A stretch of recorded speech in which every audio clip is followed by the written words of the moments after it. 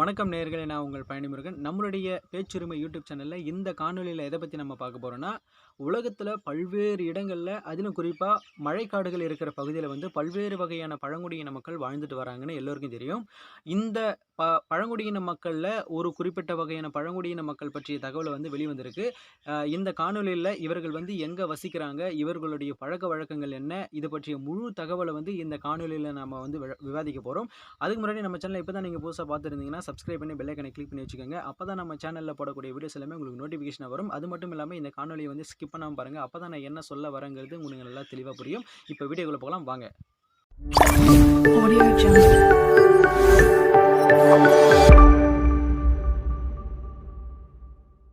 நேயர்களே, இது இருக்காங்க பாருங்க, இவங்க தான் கொரோவாய் என்று அழைக்கப்பட்ட பழங்குடியின மக்கள்.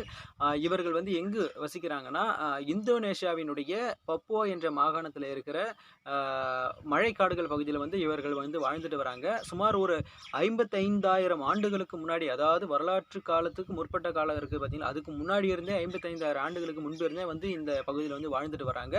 இவர்கள் வந்து அதாவது வரலாற்று காலத்திற்கு முற்பட்ட காலத்தில் இருந்த ஆதி மனிதர்கள் வந்து எப்படி இருந்தாங்களோ, அதாவது தழைகளை வந்து கட்டி விலங்கு தோள்களை வந்து கட்டி எப்படி வாழ்ந்துட்டு வந்தாங்களோ, உணவு எப்படி சேகரித்தாங்களோ அதே முறையில் தான் இன்னமும் வந்து இவர்கள் வந்து வாழ்ந்துட்டு வராங்க.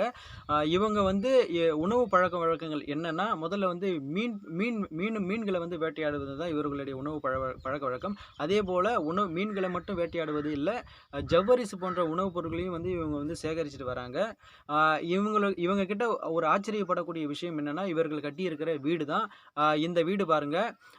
இந்த வீடு வந்து மூங்கில் கம்பு இருக்குது பார்த்தீங்களா, மூங்கில் கம்பம் இருக்குது பார்த்தீங்களா, மூங்கில் மரக்கட்டை, இந்த கட்டையால் வந்து இந்த வீட்டை வந்து கட்டியிருக்காங்க. இந்த வீட்டுடைய அமைப்பு பாருங்கள்.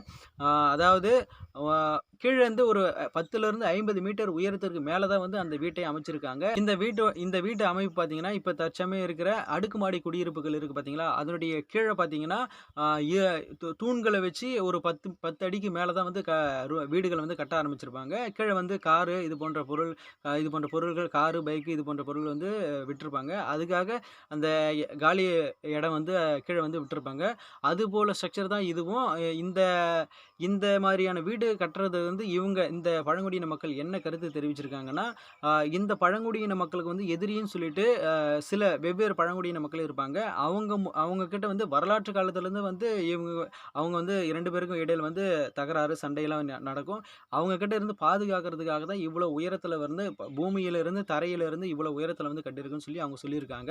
இந்த பழங்குடியின மக்களுடைய மக்கள் தொகை எவ்வளோனா, ஒரு 4000லேருந்து 4200 வரைக்கும் தான் இந்த பழங்குடியின மக்களுடைய மக்கள் தொகை வந்து இருக்குது.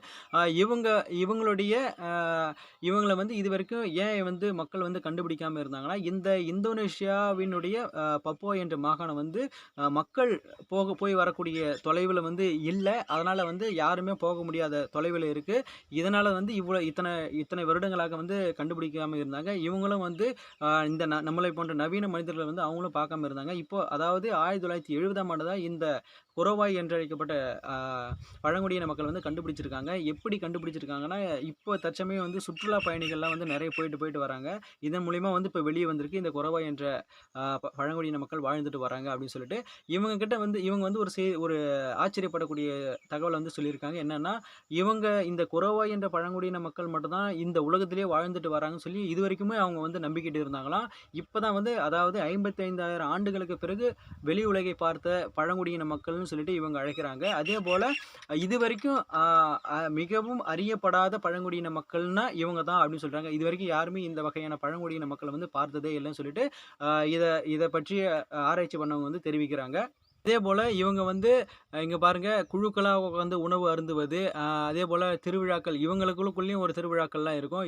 இது போன்ற விழாக்கள்லாம் கொண்டாடுவதற்கு அந்த பழங்குடியின மக்கள் வந்து அவங்களுக்குன்னு ஒரு முறை இருக்கும். அந்த முறைப்படி கொண்டாடுவது பற்றிய தகவல்லாம் வந்து இந்த காணொலியில் இருக்குது. அதே போல் இதை இவங்கக்கிட்ட வந்து சுற்றுலா பயணிகள் போய் வரது பற்றிய காணொலி புகைப்படங்கள்லாம் இது இருக்குது பாருங்கள். அதே போல் இந்த வகையான அதாவது கொரோவாய் என்ற பழங்குடியின மக்கள் வாழ்ந்துட்டு வராங்கன்ற தகவலை வந்து சில ஆவண படங்கள்லேயும் வந்து கொண்டு வந்திருக்காங்க. அது எந்தெந்த படம்னா, ஃபர்ஸ்ட் கான்டாக்ட் என்ற ஆவண படத்திலையும் ஹியூமன் பிளானட் என்ற ஆவண படத்திலையும் இந்த கொரோவாய் மக்கள் பற்றிய தகவலை வந்து தெரிவிச்சிருக்காங்க, வெளிவந்திருக்கு.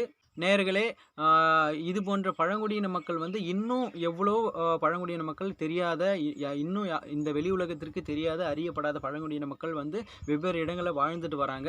இந்த பழங்குடியின மக்கள் இப்படி வாழ்வதை பற்றியும், இவர்கள் வந்து வெளி உலகத்தை பற்றி அறியாத வைத்திருப்பது பற்றியும் உங்களுக்கு ஏதாவது கருத்து இருந்தா கமெண்ட் செக்ஷன்ல தெரிவிங்க. மறக்காம இந்த காணொளிக்கு வந்து ஒரு லைக் குடுத்துட்டு நம்ம சேனல சப்ஸ்கிரைப் பண்ணி பெல் ஐகானை கிளிக் பண்ணி வச்சுக்கோங்க. இந்த காணொளிய வந்து மற்றவர்களுக்கு ஷேர் பண்ணுங்க.